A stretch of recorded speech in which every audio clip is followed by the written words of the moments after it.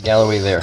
Uh, for example, here I could tell you that the BCGEU is so afraid, as members, whether they're union representatives or those that are proud members, they're so afraid to defend their human rights. And here you can hear how they're escalating by doing only that. You know, there's like cognitive dissonance, right? They believe they're great, the BCG. I should send you my conversations with them as I'm taking them to Human Rights Tribunal in BC.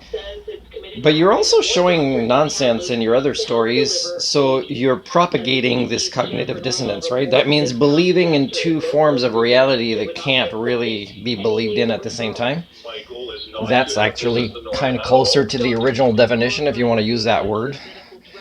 Cognitive dissonance relates to screwing up your own mind or others kind of placing that nonsense on you, right? Like rednecks do to their kids is they're sure, believe this, no, it's like this. And then, of course, it's like this, too. Dude, make up your mind, right?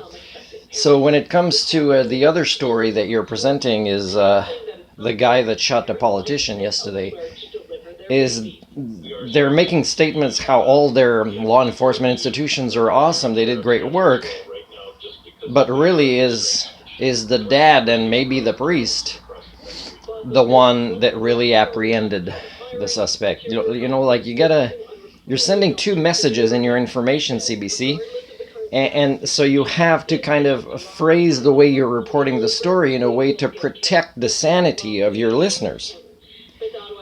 Speaking of sanity of listeners, is I tell you, don't listen to CBC for the music. It's extremely rare that I'm happy with any song that's playing. Extremely rare. There is one song that I like recently, and I didn't get the name of the person. So if you ever read my email and get back to me, I'll ask you what that is, whoever put that on. So let me ask you this, Matt Galloway. I sent screenshots of my conversations with the Canadian Armed Forces, and recently I'm having some with the RCMP. Okay, and I want to flourish and also be of service to those institutions as an older candidate with my life experience and training and education in things that would be valuable for them. And I find that I could not flourish because they would want me to go through the same path that everybody does. That means I can't exist as who I am, and I don't know if the RCMP has a RCMP union or Canadian Armed Forces care about human rights either, but like I'm not going to live 150 years, and part of it is the horrible attempts to receive medical cares in BC. Now, I'm going to post on my YouTube channel a series about Northern Health stuff. You can watch it. It's like I divulge a lot of things. You hear me in conversation with people, not just sharing, oh, I just came from there, this is what my experience was like, but there's actual conversations with so-called medical doctors, and you can see what these cultural patterns are.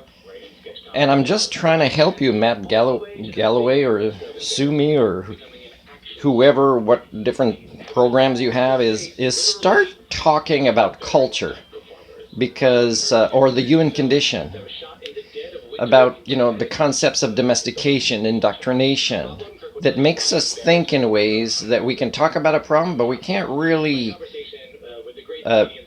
problem solve it, because there's things wrong here. I mean, some of us don't even know these things are problems or the difference between right and wrong, but even those that do, they have no clue, because they're not systems thinkers with an understanding of how a typical human responds to stimuli or to events in their life or to receiving feedback or how to give feedback. It's all about life skills, and it's all about skill sets we don't have as social creatures. And AI is not going to help with any of the problems of the world. AI makes us believe that what we've put in place as social systems become complex because we don't have AI, and AI is going to fix it. It always takes away the responsibility from us, right?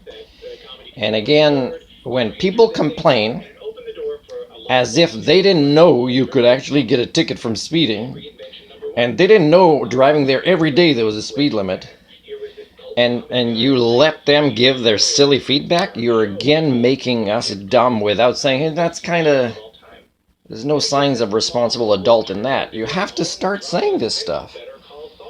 You don't have to point it out to whoever called in the feedback or left a message. You don't have to say their name or who it was. But you can say, we're noticing a pattern that people really don't like it when they don't get away with stuff. And what is it about us that thinks that's going to make the world a better place?